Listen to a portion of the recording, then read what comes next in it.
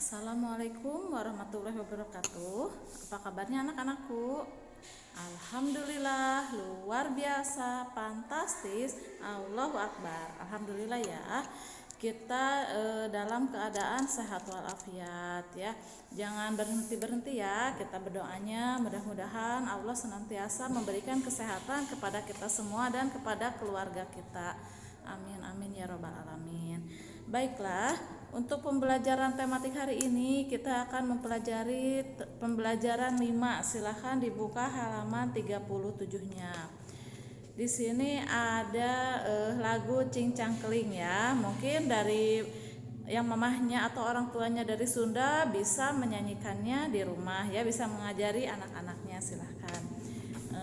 Yang akan Bu Nuni bahas adalah halaman 39 ya, tentang pemuaian benda akibat perubahan suhu. Kemarin suhu itu apa? Suhu adalah tingkat derajat panas suatu benda. Terus kalau kalor itu apa? Kalor atau bisa disebut juga dengan panas ya, adalah salah satu jenis energi yang dapat dipindahkan dari suatu benda ke benda yang lain karena perubahan suhu.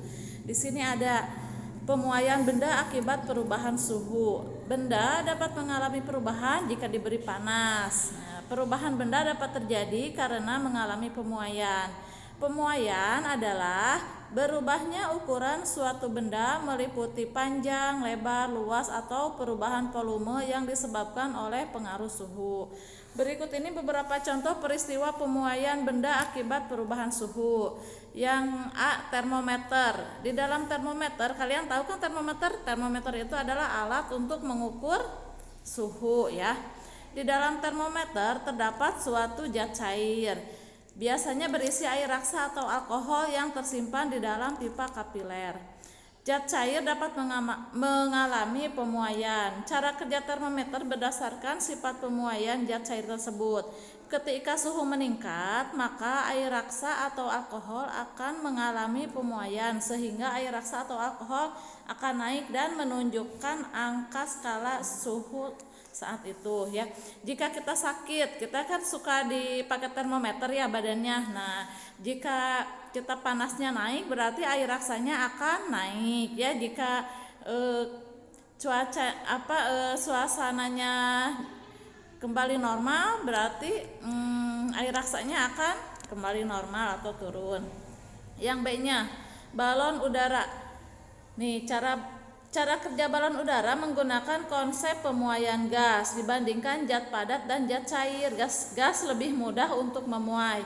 Gas tersusun atas molekul-molekul yang bergerak bebas. Apabila dipanaskan, energi gerak molekul akan semakin besar dan tekanan gasnya juga akan lebih besar, sehingga udara yang panas akan mendesak naik ke atas mencari udara yang lebih dingin. Nah, jika gas disatukan dengan panas, maka energinya akan menjadi lebih besar ya. Yang C-nya, pemasangan jaringan listrik atau telepon. Pemasangan kabel-kabel jaringan listrik di sepanjang jalan dilakukan dengan longgar atau kendur. Hal ini sengaja dilakukan untuk mengantisipasi memanjangnya kabel pada saat siang hari, karena kabel memuai atau menyusutnya kabel pada malam hari karena suhu udara yang turun ya. Berarti kalau siang hari kabelnya itu akan menyusut, akan mengendor ya. Sedangkan untuk malam hari kabelnya akan menyusut ya. Jika kabel dipasang dengan kencang, maka ketika kabel memuai atau menyusut, kabel dapat putus dan mengganggu distribusi listrik ya. Sengaja kabel listrik itu tidak kencang, sengaja dilonggarkan untuk proses pemuaian ya. Yang selanjutnya, sambungan rel kereta api. Sama tujuannya dengan pemasangan kabel jaringan yang kendur. Pemasangan sambungan rel kereta api sengaja dibuat bercelah yang bertujuan agar rel tidak bengkok apabila mengalami pemuaian dan pertambahan panjang. Panjang celah antar sambungan harus diukur sedemikian rupa sehingga tidak kurang atau panjang celah dan pertambahan panjang tidak ketika memuai ya. sama itu juga. Yang pemasangan kaca pada jendela biasanya bisa saja pecah karena pemuaian saat terkena paparan dari sinar matahari secara langsung.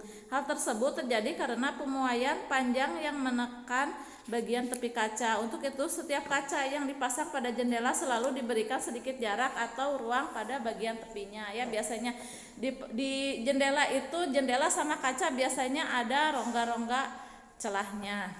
Pemasangan keramik, selain kaca, keramik juga dapat memuai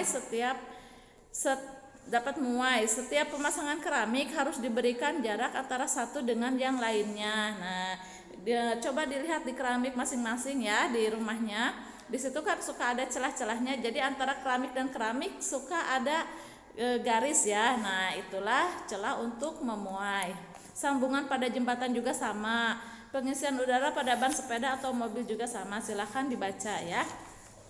Setelah itu kita akan memasuki ke pembelajaran 6. Di sini kita akan membahas tentang tanggung jawab warga negara. Kalau kemarin kita sudah membahas tentang tanggung jawab sebagai anak ya di masyarakat itu. Sekarang tanggung jawab sebagai warga negara.